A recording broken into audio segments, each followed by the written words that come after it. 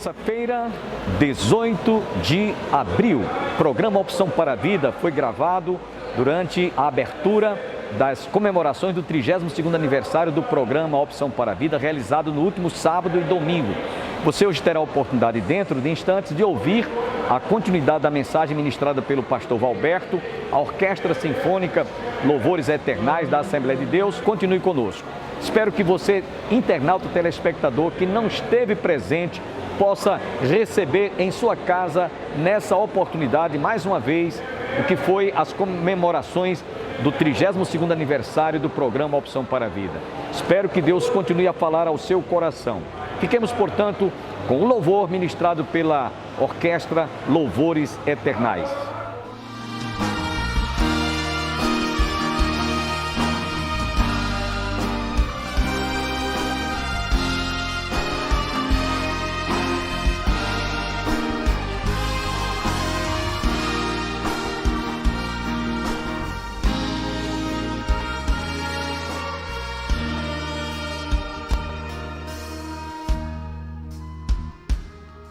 Não consigo entender o que tu vês em mim, ó Senhor. Eu não sou o que devia ser, mas só tu, com amor.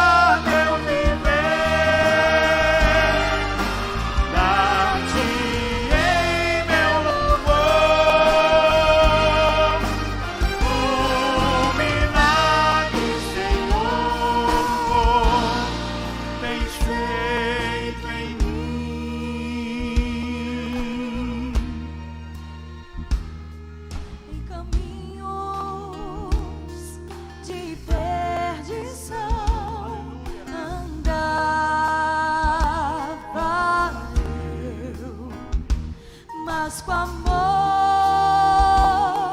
tu traçaste um plano para mim.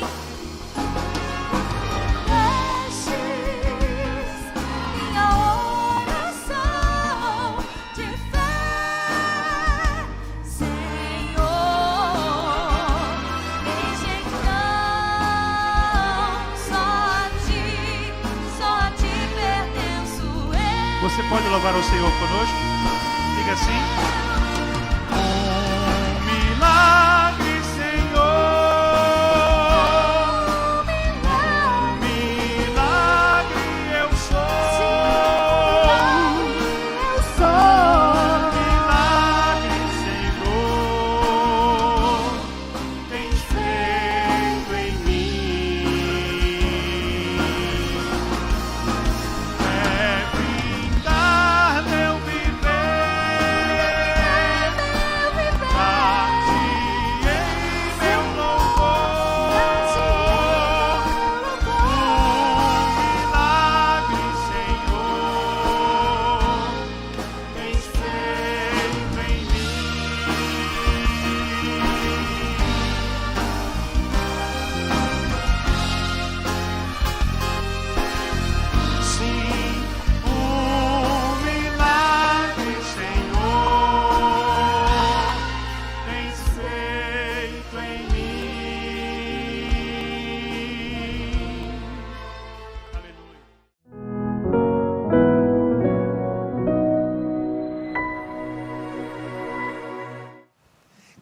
diante de Deus, necessitados do Senhor. Você não pode cruzar o braço, você não pode fechar a boca, você não pode fechar os olhos a essa realidade. E Paulo estava desafiando Timóteo, Paulo estava exortando Timóteo a não voltar atrás, mas a prosseguir na proclamação do Evangelho. Prega a palavra. Ele apresenta o cenário, mas ele chama a atenção de Timóteo, para que Timóteo olhe para a sua vida. Olha para você, olha a diferença. Paulo faz um contraste. Capítulo 3, os versículos de 1 a 10, ele apresenta o cenário de degradação, de imoralidade, que torna os dias difíceis.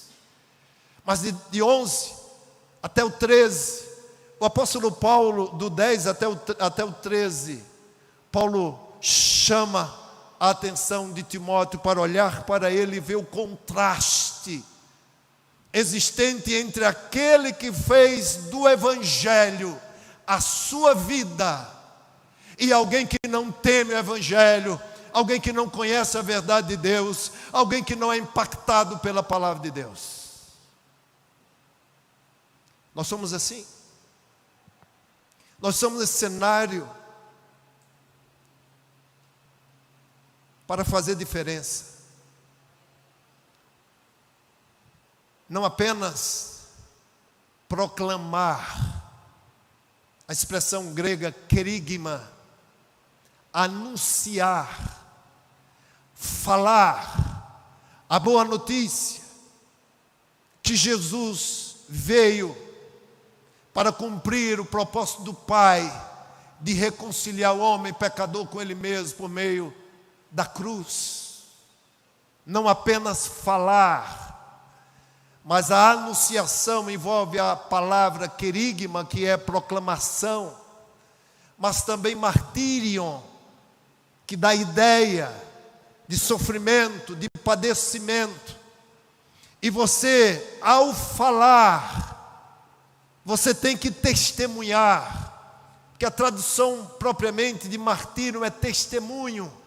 Você tem que mostrar em sua vida o que você está falando, porque se for desconexo, não alcança o coração do ouvinte. O que você fala, ele quer ver em sua vida. E é isso exatamente que Paulo faz aqui a Timóteo. Paulo diz: mas você tem seguido de perto, versículo 10, capítulo 3, mas você tem seguido de perto o meu ensino, a minha conduta, o meu propósito, a minha fé, a minha paciência, o meu amor, a minha perseverança, as minhas perseguições e os meus sofrimentos, os quais tive de enfrentar em Antioquia, Icônio e Listra. Meus sofrimentos. Você tem me acompanhado? Você está vendo o Evangelho funcionando em minha vida? Eu sou exemplo para você. Eu sou exemplo de estímulo. Olha para mim e você vê que não vale a pena desistir. Olha para mim e você vai perceber que tem que perseverar. Olha para mim, eu sofri. Eu sofri em Antioquia, Icônio, Listra, a região de Timóteo. Timóteo era daquela região. Olha para mim, Timóteo. Lembra em Antioquia que eu fui apedrejado, que me deram por morto, me arrastaram para fora da cidade e achavam que eu tinha morrido. O que faz alguém perseverar dessa forma num propósito, a ponto de dar a vida, se não for plena convicção naquilo que acredita? Evangelho sem testemunho é religião. Evangelho sem vida é religião. Evangelho sem sofrimento é religião. Evangelho de apresentação é religião, é oba-oba. Isso não é o Evangelho de Jesus Cristo. Quando vos perseguirem e vos injuriarem por causa do meu nome, se alegrem, porque fizeram isso com os profetas que vieram antes de vocês. Bem-aventurado serão vocês quando forem perseguidos por causa do meu nome. O que Paulo estava transmitindo a Timóteo era aquilo que havia ouvido de Jesus, do Senhor, havia experimentado e agora estava passando ao codiscípulo. O que Paulo faz ao desafiar Timóteo a pregar o Evangelho? Primeiro ele apresenta o cenário, ele mostra a situação. Depois ele se apresenta como exemplo de alguém que prega o Evangelho e sabe a razão pela qual prega o Evangelho, a despeito de sofrimentos, de lutas e de perseguições. Paulo, depois ele fala a Timóteo, que Timóteo permaneça como ele está, no caminho. Meus irmãos, Paulo faz Timóteo entender que o aprendizado na vida de um homem que produz transformação está nas Escrituras. Nós passamos o dia inteiro recebendo tantas informações que não produz transformação, solidificação da nossa fé. Nós passamos horas diante de uma televisão, nós investimos tempos preciosos por horas num celular, WhatsApp, Instagram, tantas outras coisas. Não haverá mudança em nossas vidas, não haverá transformação em nossas vidas, não haverá impacto em nossas vidas. Nós seremos apenas religiosos. Olha que Paulo fala no capítulo 3, versículo 10: quanto a você, permaneça naquilo que aprendeu e em que acredita firmemente. Permaneça naquilo que aprendeu e em que acredita firmemente. Isso aqui é um grande problema, irmãos. A igreja de hoje aprende com tudo, menos com a Bíblia. A igreja de hoje aprende com muitas coisas, com muitas pessoas, menos com a palavra. Quanto tempo você investe em leitura da palavra por dia? Quanto tempo? Quanto tempo da sua vida você investe aprendendo as Escrituras? Sabe por que você não prega? Porque você não tem nada para pregar. Sabe por que você não prega? Porque você não conhece, nem vive. Antes de Paulo dar o imperativo a Timóteo, ele diz: eu sei que você aprendeu. Eu sei onde você aprendeu. Permaneça naquilo que você aprendeu e que você acredita. No início da carta, Paulo disse a Timóteo: você é um privilegiado. Você sabe das sagradas letras desde a tua infância. A sua avó, Lloyd, exerceu um papel formidável em sua vida, ensinando as Escrituras a você. A sua mãe, Eunice, contribuiu de maneira formidável no ensino das Escrituras a você. Você teve uma base do aprendizado das Escrituras. Olha para mim, irmãos.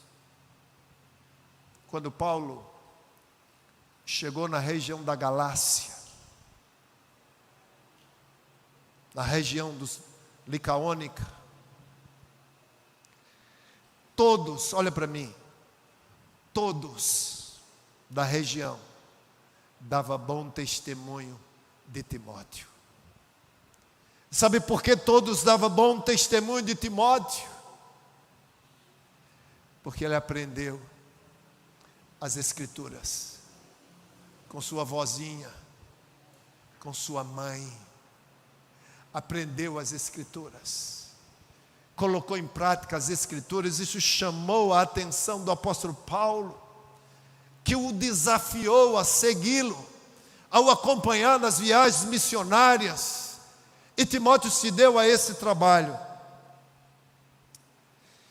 Paulo, ele disse: Timóteo, você sabe para que servem as Escrituras?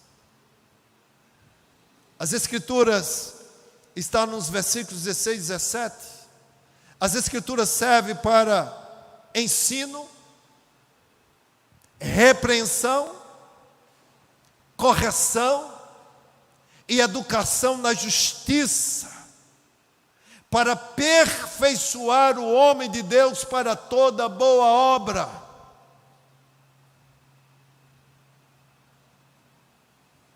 As Escrituras servem para ensino, repreensão, correção e edificação, educação na justiça, para que o homem de Deus seja perfeitamente aperfeiçoado para toda boa obra. Lembre que Paulo disse: você sabe de quem você aprendeu, e você sabe o que você aprendeu. Ele via isso na vida de Paulo. Quando você prega, você ensina, você repreende, você corrige, você educa na justiça, para que aquele a quem recebe a pregação seja aperfeiçoado para toda boa obra. Imagina, se você também estiver cumprindo esse imperativo de pregar o Evangelho, de pregar a palavra, como seria o nosso mundo? Como seria a situação em casa? Olha para mim, irmãos. Imagina você que se diz que ama Jesus, que você que aprendeu o Evangelho de nosso Senhor Jesus Cristo, se você corrigisse em casa pela palavra, se você ensinasse em casa pela palavra, se você educasse em casa pela palavra, porque é essa a sua obrigação, como seria a sua família? Se você fizesse isso no trabalho, se você fizesse isso onde você está, imagina como seria o ambiente que você se encontra. Mas sabe o que você não faz? Porque você não pode dizer, como Paulo disse a Timóteo, você sabe de quem você aprendeu. Sabe por quê? Porque você não aprendeu ainda. Muitas pessoas só olham para Jesus como Salvador, esquece que Ele é o Senhor. E exatamente na condição de Senhor que você vai estar apto para pregar o Evangelho, porque você se sujeita ao seu Senhor. E por andar com o seu Senhor, você pode ensinar, você pode corrigir, você pode educar na justiça, assim como o teu Senhor está fazendo e te obriga a fazer. É depois de tudo isso que Paulo diz a Timóteo: prega a palavra. Depois de apresentar o cenário, depois de ver que a coisa funciona, e Paulo se coloca como exemplo a Timóteo, depois de mostrar a utilidade, o valor das Escrituras, eu quero, irmãos, que você veja comigo nessa palavra. Paulo diz: olha, Timóteo, a pregação tem que ser urgente. Insisto com você, prega. Primeiro, ele enfatiza a urgência. Tem que ser em qualquer circunstância. Tem que ser a tempo e a fora de tempo. Isso nos faz lançar por terra o que muitas pessoas pensam, que ele tem que ter um tempo para pregar o Evangelho. Não, vou pregar no domingo de tarde. A pregação do Evangelho é vida. Certa feita eu escutei uma frase que eu nunca esqueci. Essa frase diz o seguinte: aquilo que tu fazes fala tão alto que ninguém ouve o que tu dizes. Aquilo que tu fazes fala tão alto que ninguém ouve o que tu dizes. Pois se você não vive o Evangelho, ninguém conseguirá ouvir se você não viver. Meus irmãos, Paulo disse: prega, a tempo e a fora de tempo, seja oportuno ou não. E quando você estiver pregando, o que você deve fazer? Você deve mostrar a utilidade do Evangelho. Para que servem as Escrituras? As Escrituras, elas servem para corrigir. E quando você estiver pregando, você está corrigindo. Mas só que se você não tiver vida, você não tem como corrigir. A pregação é para repreensão. E sabe por que você emudece na repreensão? Porque você não vive. Você não tem que repreender ninguém, porque você não vive o Evangelho. Quando prega, se repreende, porque a mensagem de Cristo é repreensão àqueles que andam em transgressão. E quando você está pregando, você está repreendendo. A pregação da palavra é educação na justiça. É a utilidade da pregação. É educação na justiça. Você está educando em justiça. Você está educando a ser justo. Você está educando a ser íntegro. Você está educando a ser como Jesus é.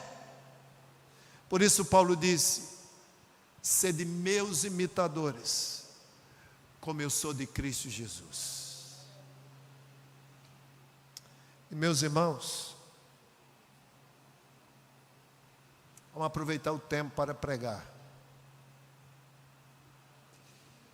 Paulo diz no versículo 3, capítulo 4, queria que os irmãos vissem.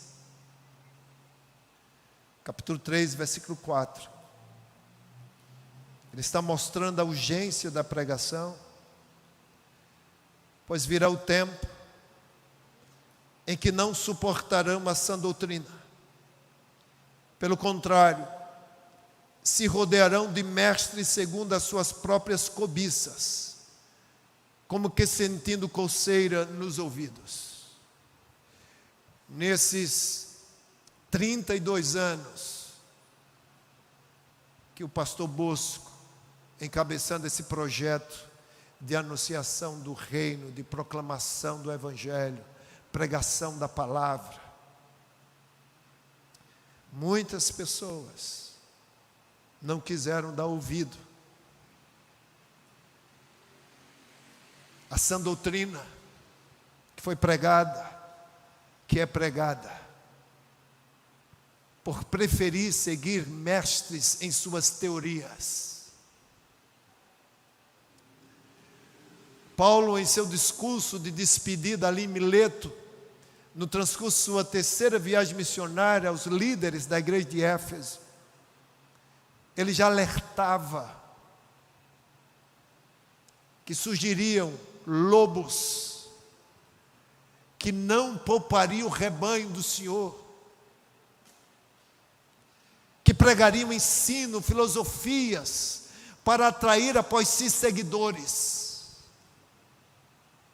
É verdade, irmãos. O tempo está findo. As pessoas não querem ouvir o evangelho. Causa coceira no ouvido.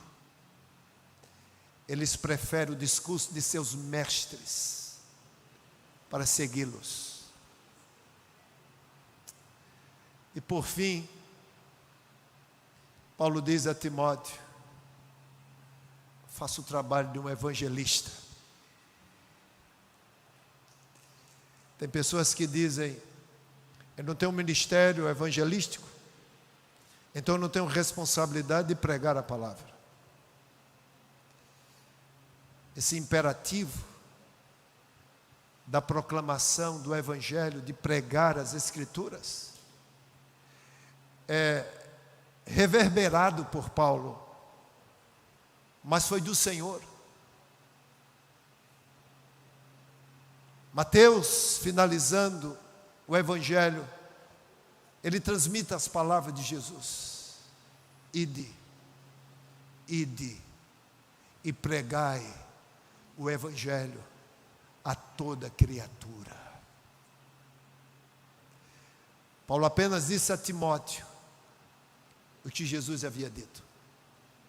Portanto, irmãos, todos nós temos o desafio e a ordem de exercer o trabalho do evangelista, de um evangelista. Prega a palavra, a tempo e a fora de tempo, seja oportuno ou não. Mas para você pregar a palavra, você tem que viver a palavra. Você tem que conhecer a palavra. Conhecer não no sentido teórico, conhecer em seu viver. Porque do contrário, você não terá autoridade para pregar a palavra. Que Deus nos ajude. Que Deus derrame da sua graça abundante sobre nós. Que nós possamos cumprir esse imperativo do Senhor para o louvor da sua glória. Que Deus continue abençoando o pastor Bosco nessa missão, até o dia que o Senhor o chamar. Que Deus o use poderosamente nessa porta que Deus abriu. Que nós, diariamente, nas diversas circunstâncias que o Senhor nos coloca, nós possamos, na autoridade do Senhor, pregar a palavra. Pregue a palavra. Deus nos abençoe. Pai de misericórdia, nos ajuda a cumprir a tua ordem. Nós te pedimos em nome de Jesus, nos ajuda a cumprir a tua ordem. que o Evangelho seja uma realidade em nós, para que assim, naturalmente, nós preguemos a Tua palavra. Nós te pedimos isso em nome de Jesus. Amém. Espero que você tenha sido profundamente enriquecido e abençoado. Que Deus abençoe a sua família e tenhamos todos um dia abençoado, e que amanhã você esteja conosco para a realização de mais um programa Opção para a Vida.